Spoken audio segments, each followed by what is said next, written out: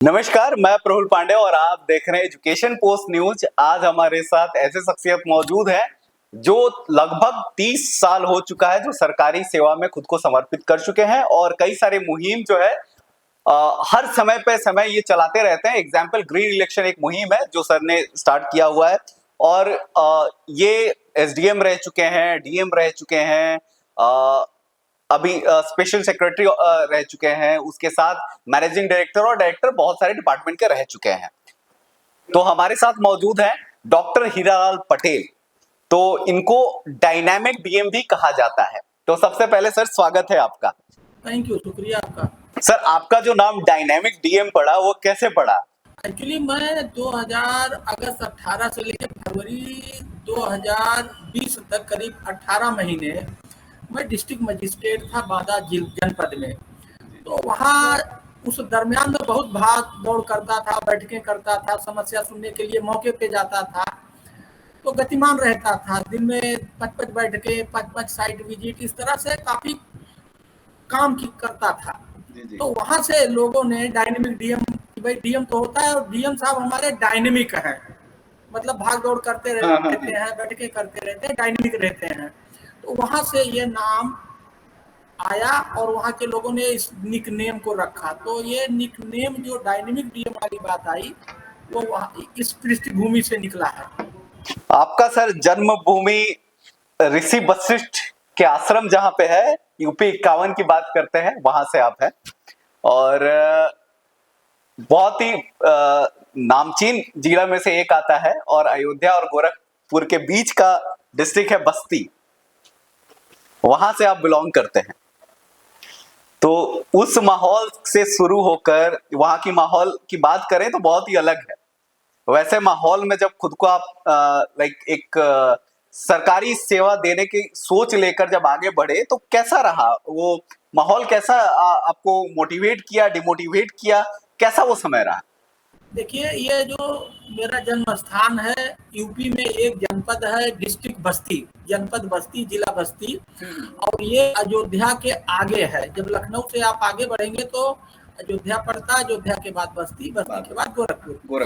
तो मेरा जन्म 1966-67 उस समय जब हुआ था, तो वो हमारा जनपद या हमारा गांव बहुत ही बैकवर्ड था। पढ़ने की उतनी अच्छी सुविधा नहीं थी, कोई गाइड करने वाला नहीं था। गांव का जो माहौल एक होता है वही माहौल था, उसी में हम लोग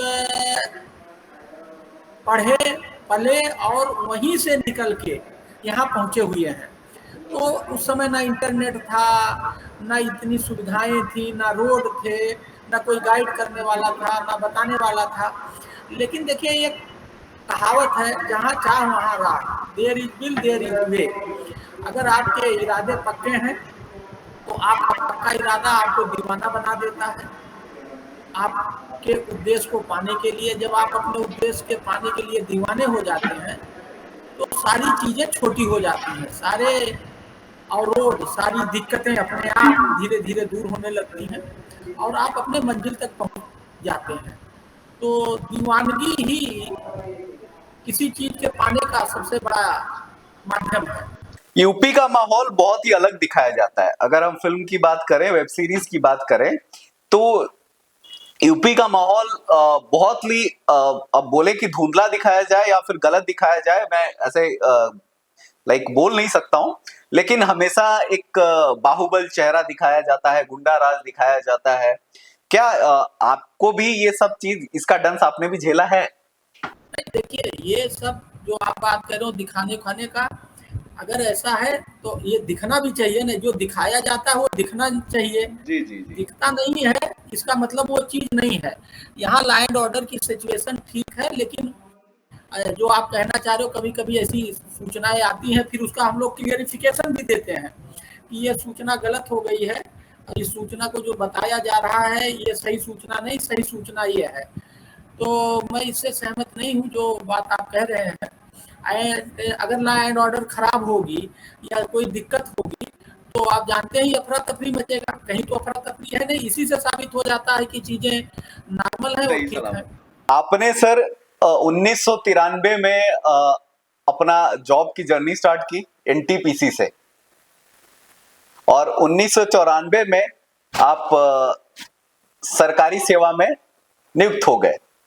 ये 1 साल और ये एनटीपीसी तक का जो सफर आपने तय किया, वो जर्नी कैसा रहा, और उसमें आपने फोकस कैसे अपना डाइवर्स किया कि मेरे को इंजीनियरिंग करना है, इंजीनियरिंग के साथ साथ अपना प्रिपरेशन करना है, सिविल सर्विसेज में जाना है, तो कैसा वो जर्नी रहा?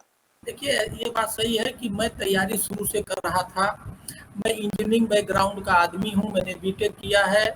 फिर बीटेक करने के बाद मैंने एमटेक में गेट के थ्रू एडमिशन ले लिया, मुझे स्कॉलरशिप मिलता, मुझे घर से पैसा लेना नहीं। आईआईटी बीएचयू, पहले उस समय वो आईटी बीएचयू था जब हम थे, अब वो आईआईटी बीएचयू हो गया। वहाँ एडमिशन लेके मोरवी हॉस्टल के कमरा नंबर 102 में रह के आईएएस की तैयारी करते थे, पीसीएस की तैयारी, एडमिनिस्ट्रेटर में जाना था। इसी बीच जो है कि इंजीनियरिंग की बैकग्राउंड था, तो एनटीपीसी का वांट निकला और हमने भर दिया। और एक जगह और भी भरे थे, जैसे भेल का भी भरा था, नेशनल पावर का, तो ऐसे 2-4 जगह वो भी ट्राई करते रहते थे। इंजीनियरिंग सर्विसेज का भी ट्राई करते थे, और लेकिन मुख्य फोकस था आपका सिविल सर्विसेज। इसी बीच मेरा सिलेक्शन यूपीपीसीएस में बड़े अच्छे रैंक से हो जाता है, ठीक है। और आईएएस में मैं पहली बार में मेन तक गया, दूसरी बार में मेरा प्रीलिम भी क्वालिफाई नहीं हुआ, ठीक है। और इसी बीच मेरा पीसीएस में अच्छी रैंकिंग हो जाती है। फिर लोगों ने मुझे समझाया, बताया कि देखिए एडमिनिस्ट्रेटिव सर्विसेज का ये चार्म और है कि अगर आपको आपका होम कैडर मिले तभी इसका चार्म है। अगर आपको आसाम या कहीं दूर आपको स्टेट मिलता है तो ठीक नहीं रहेगा। तो मैंने फिर वहीं से डिसाइड किया कि हमें अब सिविल सर्विसेज में आईएएस की तरफ नहीं जाना है और पीसीएस में ही ज्वाइन करना है। इसी बीच मेरा एनटीपीसी में सिलेक्शन हो गया, और पीसीएस में ज्वाइनिंग थोड़ी लेट थी, तो मैंने 15 मार्च 1993 को एनटीपीसी में ज्वाइन किया। और जैसे ही पीसीएस का जुलाई 1994 में मेरा ज्वाइनिंग आया पीसीएस का, मैंने वहाँ से रिजाइन किया और पीसीएस ज्वाइन कर लिया, और 2009 बैच में मैं आईएएस में प्रमोट हो गया। तो ये जर्नी है पूरी उस दरमियान की जो आप जानना चाह रहे हैं। पीसीएस एग्जाम की बात करते हैं, like provincial civil service, like provincial civil service is equivalent to IAS, right? PCS is somehow equivalent to IAS. So थोड़ा सा इसका एक्सप्लेनेशन देंगे हाउ? देखिए, ऐसा है कि एग्जाम का पैटर्न, तरीका, सब चीज सेम है। इस आईएएस में जो ऑल इंडिया सर्विसेज होता है वो पूरे देश में कहीं भी जा सकता है। पीसीएस में उसका लिमिटेशन ये है कि वो एक स्टेट में, जो प्रोविंशियल नाम है प्रोविंशियल, वो उसकी कार्यक्षेत्र एक स्टेट में होगा। और फिर उसका एक दूसरा असर ये भी पड़ता है प्रमोशन में, ठीक है। पीसीएस से आईएएस बनने में कहीं कहीं तो नियम से तो 8 साल में प्रमोट हो जाना चाहिए, ठीक है, लेकिन ऐसा होता नहीं है। कहीं 10 साल लग जाते हैं, कहीं 15 साल, कहीं 20 साल। तो लेकिन उसमें उसका एक प्लस पॉइंट भी है। उसका प्लस पॉइंट ये है कि आप डायरेक्ट आईएएस से कहीं आप दूसरे स्टेट में चले गए, इसका यह है कि आप अपने ही स्टेट में रहेंगे, तो ये उसका प्लस पॉइंट है। और ये बात सही है, ये मेरा अपना निजी विचार है और निजी अनुभव है। 1994 से 2009 तक आपका सफर की कहानी कुछ अलग है, और 2010 से आप प्रमोटेड हुए और आईएएस बने, सही सर? हाँ, बिल्कुल सही जी। फिर उसके बाद से मैनेजिंग डायरेक्टर रहे, डायरेक्टर रहे, स्पेशल सेक्रेटरी रहे, सीडीओ रहे, एडीएम रहे, एसडीएम रहे, ऐसे बहुत सारे अवधि पे अपना आपने सफर तय किया है, सर्विस वहां दिया है। और इस बीच में क्या कोई ऐसा सिचुएशन, टफ सिचुएशन आपको लगा है जहां आपको लगा हो कि आपको डिसीजन मेकिंग कहीं गलत लैकिंग हो रही है? नहीं, ऐसा मुझे लगा नहीं। देखिए, चाहे घर परिवार का मैनेजमेंट हो, समाज का मैनेजमेंट हो, और चाहे आईएएस की पोस्ट का मैनेजमेंट हो, आप किसी भी पोस्ट, चैलेंजेज हमेशा हर जगह है। और अगर चैलेंजेज आपके उस पोस्ट पे नहीं है तो फिर आपको मजा नहीं आएगा, फिर लाइफ नीरस हो जाएगी। चैलेंज ही ड्राइव करता है, चैलेंज ही आपके अंदर ऊर्जा लाता है, और चैलेंज ही आपको सिखाता है, जिससे आपकी पर्सनालिटी इंप्रूव होती है। तो समय समय पे बहुत सारे छोटे मोटे चैलेंजेज आते हैं, बड़े भी आते हैं, और सब जो है, अगर समस्या है तो समाधान भी है। तो बड़ा ही मेटिकुलसली उसको डिसीजन लेने की जरूरत होती है, सोच समझ के डिस्कस करके, तो फिर कोई दिक्कत नहीं होता। मुझे तो आज सच कहीं कोई दिक्कत नहीं आई अभी। पहले का प्रिपरेशन का तरीका और अभी का तरीका में बहुत ज्यादा डिफरेंस हो चुका होगा, क्योंकि अब अभी डिजिटलाइज हो गया है। अब बहुत ज्यादा लोग इंफॉर्मेटिव भी हो गए हैं चीजों के बारे में, और उस वक्त तक ये जन जन तक ये सारी चीजें लोगों तक नहीं पहुंचा था। तो उस वक्त का प्रिपरेशन और इस वक्त का प्रिपरेशन में कोर डिफरेंस क्या है, और कुछ टिप्स जो कि अभी जो प्रिपेयर्ड हो रहे हैं उनको, जो कि बहुत ज्यादा हेल्पफुल हो सकता है उनको एंट्रेंस वगैरह क्रैक करने में। देखिए, जब हम तैयारी कर रहे थे तो उस समय इंटरनेट नहीं था, टोटल चीजें ऑफलाइन थी, कोई बताने वाला नहीं था, कोई रास्ता दिखाने वाला नहीं था। आज तैयारी अगर कोई करना चाहे तो फ्री में बहुत अच्छी तैयारी हो सकती है और वो अपने मंजिल तक पहुंच सकता है। देखिए, है क्या, आज के डेट में आपके पास मोबाइल फोन है, उसमें इंटरनेट कनेक्शन है, जो कि सामान्यता हो जाता हो, ये विद इन रीच है, ठीक है।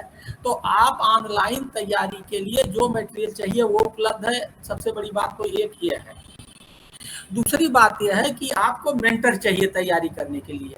तो बहुत सारे जो सिविल सर्विसेज में सेलेक्ट होते हैं टॉपर्स, वो अपने इंटरव्यू देते हैं, क्या पढ़ा उन्होंने, कैसे पढ़ा, कब पढ़ा।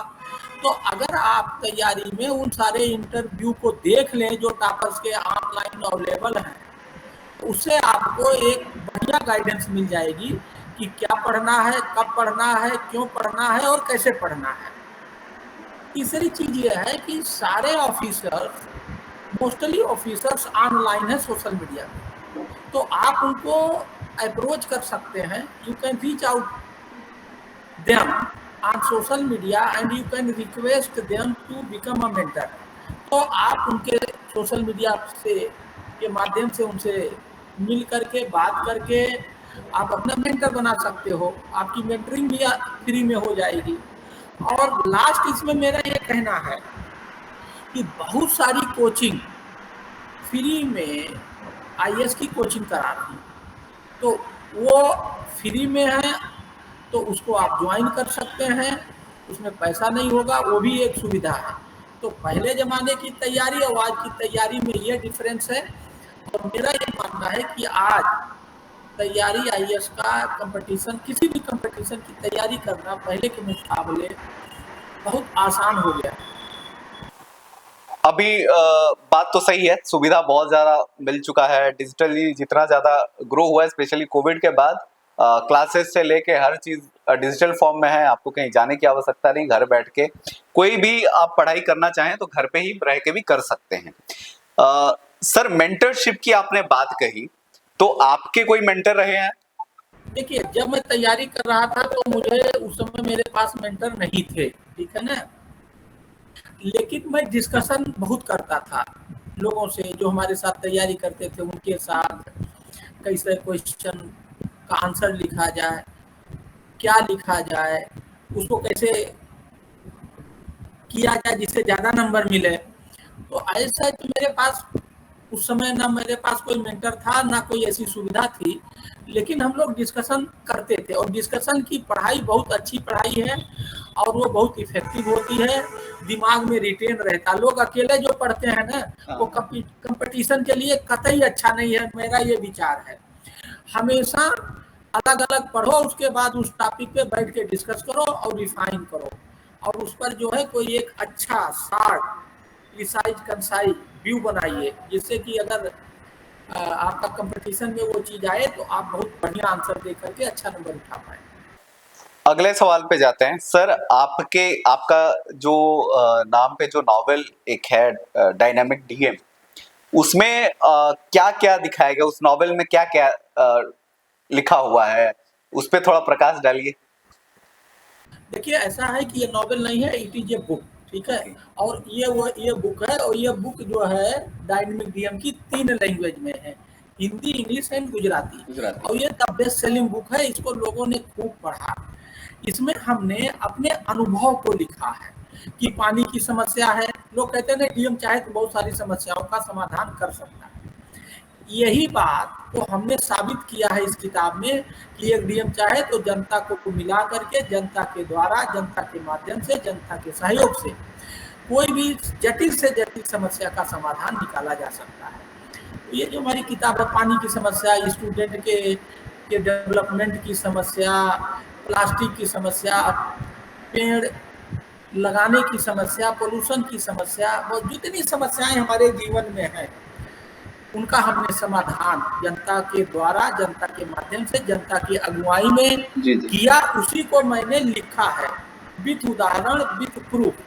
तो ये बड़ी पॉपुलर किताब है और ये खूब बिक रही है, अभी भी बिक रही है। करीब 2 साल हो गया इसको छपे और लोग इसको बहुत पसंद कर रहे हैं। कल ही मुझे एक बहुत बढ़िया कमेंट बांदा के एक प्रोफेसर ने लिख के भेजा, जिसको मैंने अपने सोशल मीडिया पे शेयर भी किया। अमेज़न का बेस्ट सेलर बुक में से एक है आपकी जो किताब है। क्या कुछ ऐसा इंसिडेंट, कुछ ऐसा एक कहानी जो उसमें आपने लिखा हुआ है या जो उसमें मेंशन है, तो वैसा कोई किस्सा है इंटरेस्टिंग वाला जो हमारे साथ आप साझा कर पाए? बहुत सारे किस्से हैं। जैसे पानी की एक समस्या है बांदा में। बांदा में पानी की समस्या ऐसी है कि मुझे ये वहाँ बताया गया कि लोगों के गाँवों में कुछ बच्चों की शादी नहीं होती है, कुछ गाँव के बच्चों की। क्यों? लोगों का ये मानना वहाँ पानी नहीं है, तो जहाँ पानी नहीं होता वहाँ गरीबी होती है, समस्या बहुत होता है। तो इसलिए लोग कहते हैं कि हम अपनी बेटी की शादी उस गाँव में नहीं करेंगे, ना तो पानी है, और जहाँ पानी नहीं है वहाँ संपन्नता नहीं है, वहाँ गरीबी है। तो ये मेरे लिए बड़ा एक नया इंफॉर्मेशन था then and there at that point of time. So I decided to sort out this issue with the collaboration and cooperation and under the leadership of the public of Bada, and I was successful in this my mission. I raised the water table by 1.34 meter within a year. तो पानी जनता के साथ मिलकर हमने पानी बढ़ाया, इसको भी हमने एक चैप्टर के रूप में लिखा है। 2018 में हमने प्लास्टिक सबसे बड़ा दुश्मन है, जल जंगल जमीन का, मानवता का, सबका। हमारे खून में प्लास्टिक आ गया, प्लास्टिक युग में हम जी रहे हैं। तो हमने प्लास्टिक मुक्त बांदा, झोला युक्त बांदा का अभियान चलाया। How to replace plastic by biodegradable materials. तो ऐसे बहुत सारे काम किए हैं जिसको हमने अपनी किताब में लिखा है। छात्र निर्माण में हमने काम किया, कैसे हेल्थ पे काम किया, कैसे योगा के माध्यम से लोगों को हेल्दी रखा जाए, इस पर काम किया। तो सारा कुछ किताब में लिखा हुआ है, चैप्टर वाइज विद प्रूफ और सबूत। बिल्कुल। अभी सर एक आप मुहिम चला रहे हैं ग्रीन इलेक्शन, ये क्या है? अभी देखिए, जो ये पार्लियामेंट का इलेक्शन मई जून में हुआ, तो मैं जनरल ऑब्जर्वर बन के 6 आनंदपुर साहब पार्लियामेंट्री कॉन्स्टिट्यूएंसी पंजाब गया था। मैं वहाँ 13 तारीख को गया था। मेरा लास्ट फेज में इलेक्शन था। इसमें 4 जिले थे, 9 एमएलए सीट थी जिससे पार्लियामेंट कॉन्स्टिट्यूएंसी बनती। वहाँ मिल के हम लोगों ने ग्रीन इलेक्शन कराया। तो ये जो ग्रीन इलेक्शन का फार्मूला है, इलेक्शन कमीशन ऑफ इंडिया द्वारा दिया गया है। उसकी गाइडलाइन हमने पढ़ी और गाइडलाइन पढ़ने के बाद उसको इम्प्लीमेंट किया, जमीन पे उतारा। उसमें कहा गया है गाइडलाइन में कि election should be conducted free, fair and eco friendly. तो जो इको फ्रेंडली वर्ड है ये थोड़ा टिपिकल है, हमारे लोग कम समझते हैं, इसी का नाम हमने ग्रीन इलेक्शन किया। और हम लोग वहाँ जितने भी इलेक्शन के स्टेक होल्डर थे उनको मिला करके वो जो गाइडलाइन थी उसका हमने पालन किया, और ये पालन किया तो इसका एक अच्छा रिजल्ट आया और एक नया मॉडल तैयार हुआ। इसका हमने एक किताब के रूप में, इसको हमने बुकलेट के रूप में इसको डॉक्यूमेंट कर दिया। ये बुकलेट है 60 पेज की, ठीक है। ये ग्रीन इलेक्शन कि हमने क्या किया, कैसे किया और क्यों किया, इसका आउटकम क्या रहा, दिक्कतें क्या आई, एक इसका पूरा जो हमने किया इसको डॉक्यूमेंट किया।